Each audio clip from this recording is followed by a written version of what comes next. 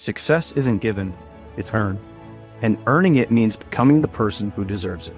The bottom line is where we cut through the chaos to simplify success, uncovering the strategies, mindset, and resilience it takes to win. Real stories, expert insights, and practical tools. Because the only way to the top is by putting in the work. This is the bottom line. Now, let's continue the conversation on leveling up leadership with our next guest, Alan Mikolaj. Alan is an ICF certified coach focused on purpose-driven leadership. He helps people understand their leadership styles and core values to create lasting impact. Alan, welcome to the show.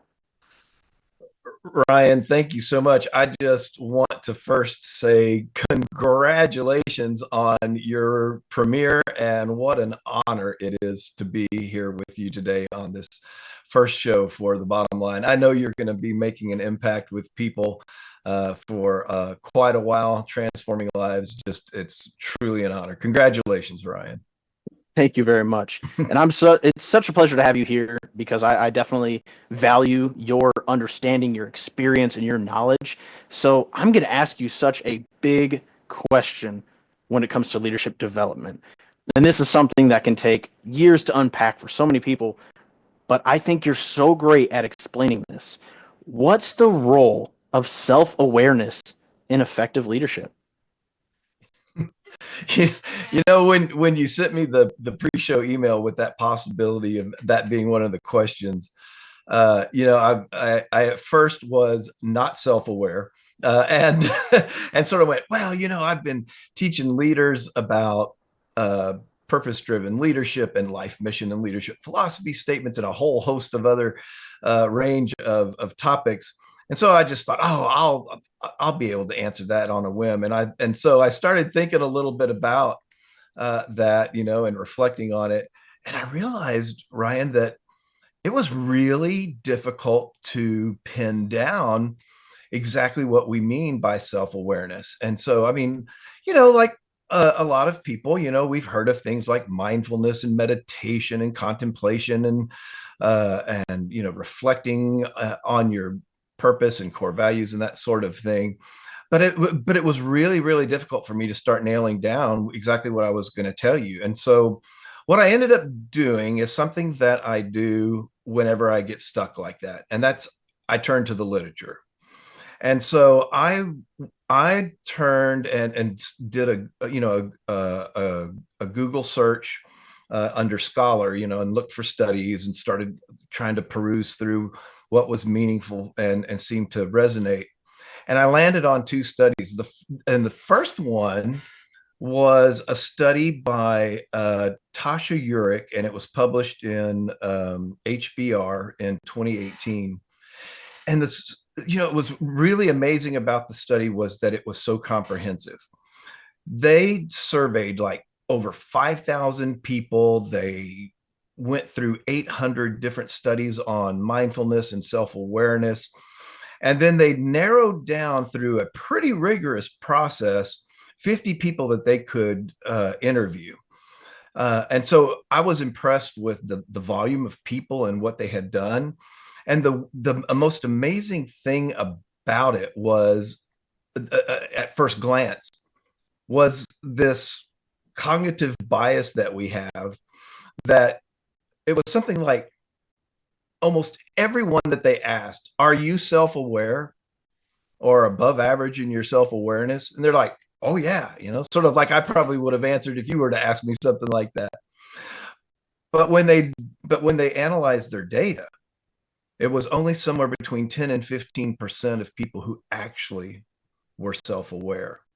Wow. And that's a common bias. I mean, we've known about this in psychology for years and years. I mean, the first one I remember when I was studying with my master's at Sam Houston State University was around driving. And, when you ask people, are you an above average driver? Everybody's like, yeah, something like yeah. Everyone wants to jump on board and say they're the best at it or they're that top level of it, right? That confirmation bias. Yep. So how does that tie into? How does that self-awareness tie into effective leadership? What is what makes that difference? How does that really impact a leader when they are self-aware? Well, and that's what, that great question, it gets us to start thinking about what does it mean to be self-aware.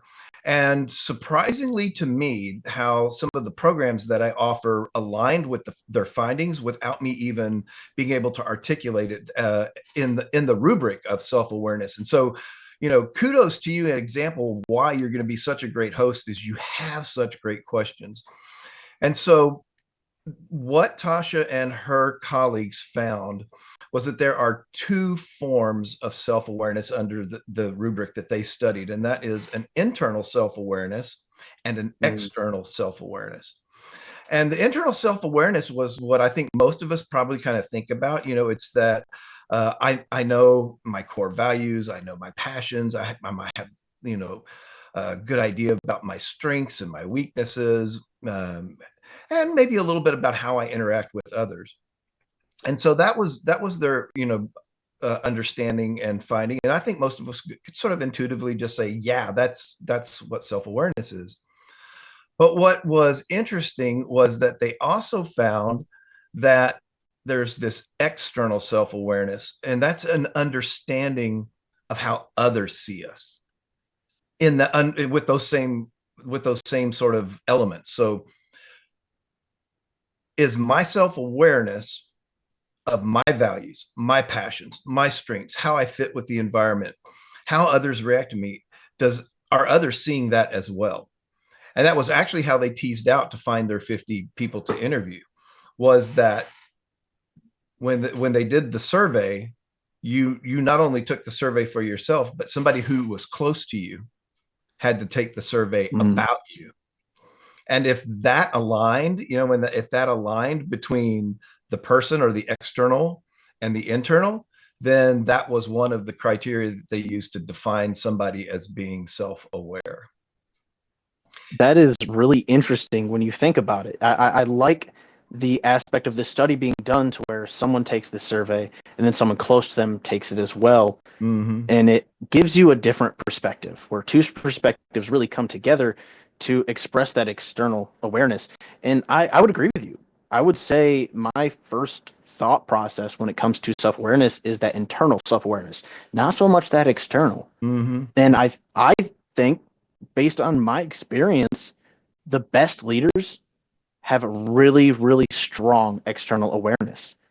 They're able to see what their influence, what their ideas, what their efforts, what their disciplines, what all of their decisions do to the people around them so that they can continuously learn, grow, and make positive impacts. What would you say your experiences with individuals that have actually achieved both? How do you identify that? Whether someone is either heavy on one side of that scale, either really self aware or really externally self aware, where does that fall? And do you know people that are able to achieve both at the same time, becoming kind of this completely aware individual? All right. Did you read the study? Because your question aligns exactly with what they found. And that is that the two different types of self-awareness, that internally self-aware of who I am, what I believe, what I value, and the external awareness of how I fit into the environment and how others react to me, completely and totally separate. Just because you are strong in one type does not necessarily equate to you being strong in the other.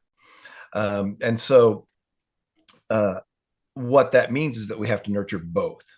And so, we have to first take that time, block that time initially to discover who we are, to be able to identify that, to clarify that for ourselves, and then to be able to articulate that. Where a lot of people say, find your voice. Well, that finding your voice starts with finding yourself, and so what she found in the study, and in my experience, is that people who are more internally self-aware, they tend to have higher job satisfaction, stronger relationships.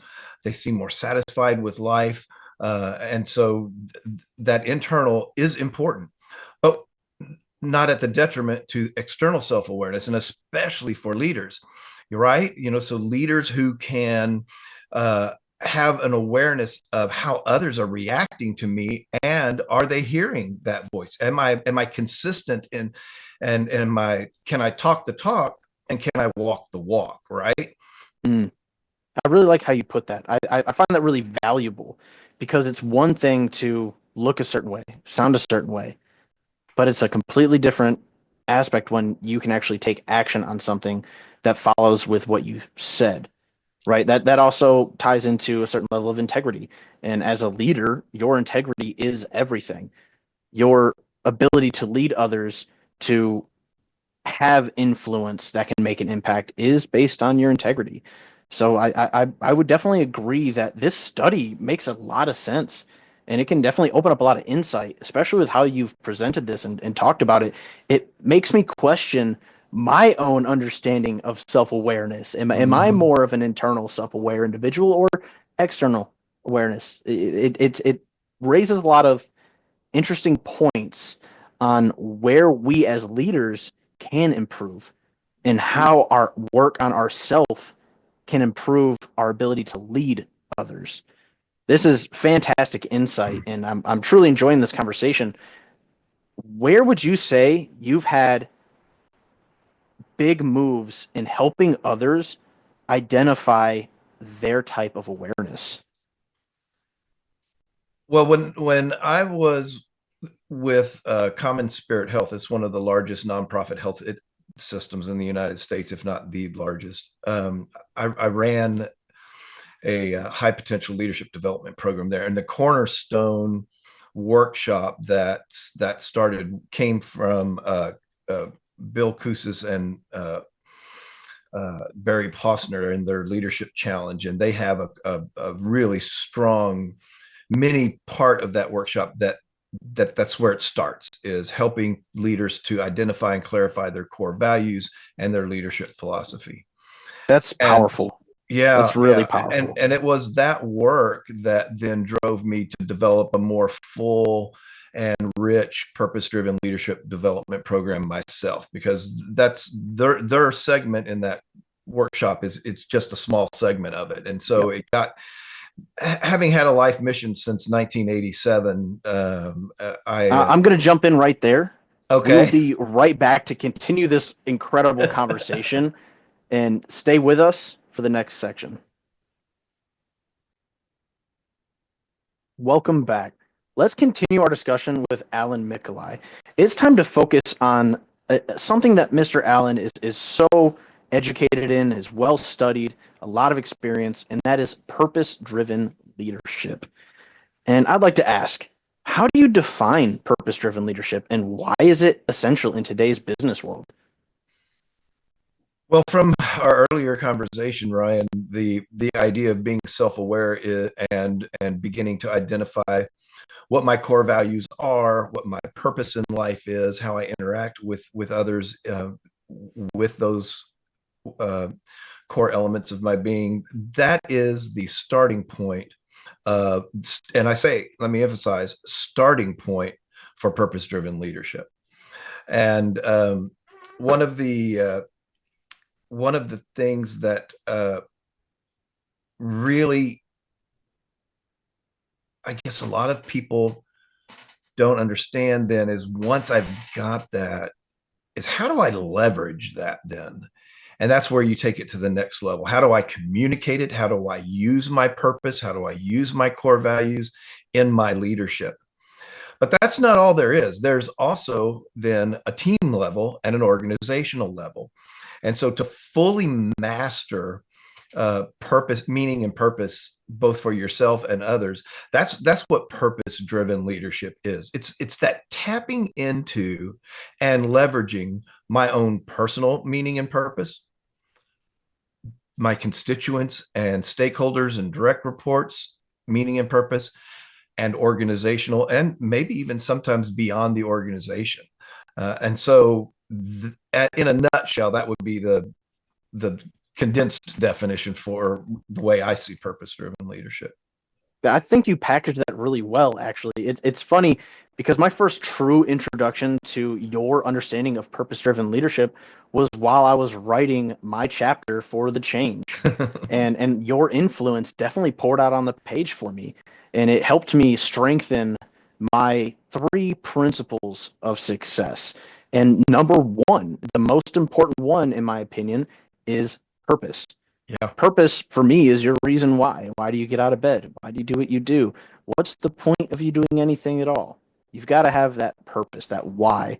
And like you said, you've got to understand it for yourself before it can even bleed over into anyone else or to even be utilized for others. And I think that's another part of this topic I really want to dive into. And that's how can purpose driven leadership improve team performance and morale?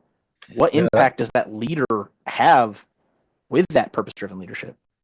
and that's such a great question, and it ties back also to our earlier conversation on self-awareness. So, um, if you remember, I mentioned there was a second study, and I'll try to keep that brief so that we don't dwell too much on self-awareness, but it ties very directly to what your question is. And so, uh, uh, study out of Australia a couple of years after Tasha's study came out. And very similarly, they also discovered two types of self-awareness, but they were looking at it through the rubric of authentic leadership, because authentic leadership is a big buzzword in leadership development and practice right now. But they were also looking at what the academics call leader endorsement. And so leader endorsement to us would be, do people want to follow me? Do people want to work for me? Do the people who are on my team now want to stay, or are they trying, are they thinking about bugging out the door? And so they were trying, and so they found that, very similar to the original study, that personal self-awareness was one, and that was almost mapped exactly to what Tasha's study was. But then they had a second type called collective self-awareness, and it was quite a bit different from what Tasha and her colleagues found. And that was that the leader has an awareness of their organization's values and mission, their strategy, and at a team level, and sort of a history of who we are, our culture, and how do I fit into that as the leader. And so that ties in exactly to your question then about how do I leverage purpose-driven leadership and inspire those that are on my team and around me. And it's exactly what you're talking about, that it or what we were talking about just a second ago, that starts right here with me, elevates to my team, and then to the organization. I think there's something that is easily overlooked in this, and that's the value of the discipline and effort put into yourself and how that shows outward. Our previous guest, Mr. Nick Baker, he brought up a good point, leading by example. And when I think of purpose driven leadership, I don't think you can truly lead by example if you don't have a true sense and understanding of purpose. And I think that is where a lot of that impact to your team and the people around you lies. And that's when you have true conviction in something, you're more likely to express it in big ways and to live it and to show it and to move with confidence. And I think that movement with confidence because of purpose is a good way to introduce what that is to others and to build your team's confidence. And not only that, but the trust in you as a leader. So, something really important that I think would complement this topic is what are the key differences between managing and leading with purpose? Well, it's a it's funny you asked that question, because I used to do an exercise, an opening exercise with leaders, and we'd have them go look up the root origins of the word manage and the word lead.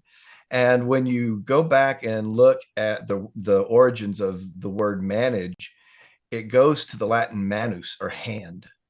And so the Greeks used that term for horse handling, managing. So you're not, you're managing that horse.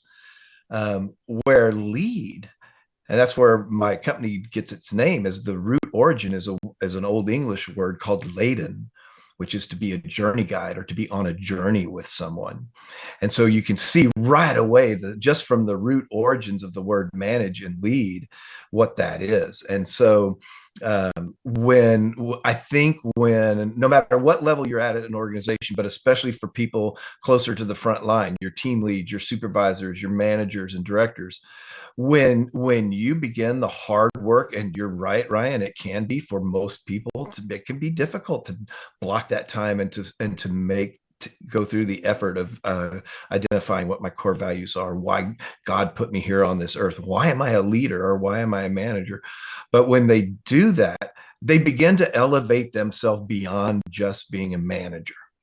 And when we begin to lead with purpose and authenticity, then we inspire others. We boost engagement, we boost productivity, we boost our own engagement, and that even further elevates other people's engagement. So you get in this positive feedback loop with your team. And so when leaders at any level begin to practice and leverage purpose-driven leadership, it just impacts a whole host of outcome metrics. I call it the foundational or cornerstone leadership competency.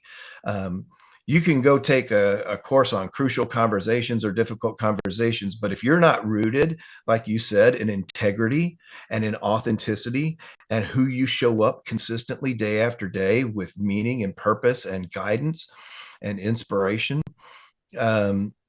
that crucial conversation is going to be even more difficult to have without it. But when you have that, and especially if you have shared team values and a shared team mission to lean on, you now have tools to help you move that conversation in much more powerful ways than you ever would before. I really love how you separated managing and leading, especially all the way from the root of the word. I find that really powerful, and it gives a little bit more understanding into how that really applies. And there's always an image that stays in my brain of the difference of leading and managing. Old image of a boss sitting on a desk with a team pulling him. That's the manager. The leader's the guy in the front of that line, pulling the rope first, helping everyone else find the way. And I love this conversation, and I love what you have to give. And I think the audience is going to want to really kind of reach out to you and learn more of your perspective. So what is the best way to find you? Real quick, before, I just want to share, you manage things, you lead people. That's powerful. Manage budgets, manage schedules, but you lead people. You're on a journey. You're a journey guide. But best way for people to get a hold of me is at my website, www.alanmikolaj.com. I'm on YouTube. I'm on Facebook. I'm on LinkedIn. Reach out, connect, DM me. I'd love to start a conversation. That was really powerful. I truly appreciate your time, and I always learn something from you, whether it be something super obvious or something I have to go back and write about, read about, educate myself, and just truly understand, because I never know what gold you're going to drop and how it's going to help one of my clients later. So this was a fantastic discussion, and we started with the problem when leadership falls short. Businesses and teams suffer. Thanks to our guests, we uncovered valuable insights on financial leadership, purpose-driven leadership, and the steps leaders can take to level up, whether it's improving financial discipline or understanding personal leadership styles. Today's takeaways can help you become the leader you were meant to be. Thank you for joining us. I'm Ryan Herpin, and I hope today's discussion has provided you with valuable insights to help you level up your leadership. And remember, leadership is not about being in charge. It's about taking care of those in your charge. Keep striving, keep growing, and we'll see you next time on The Bottom Line. This has been a Now Media Networks feature presentation. All rights reserved.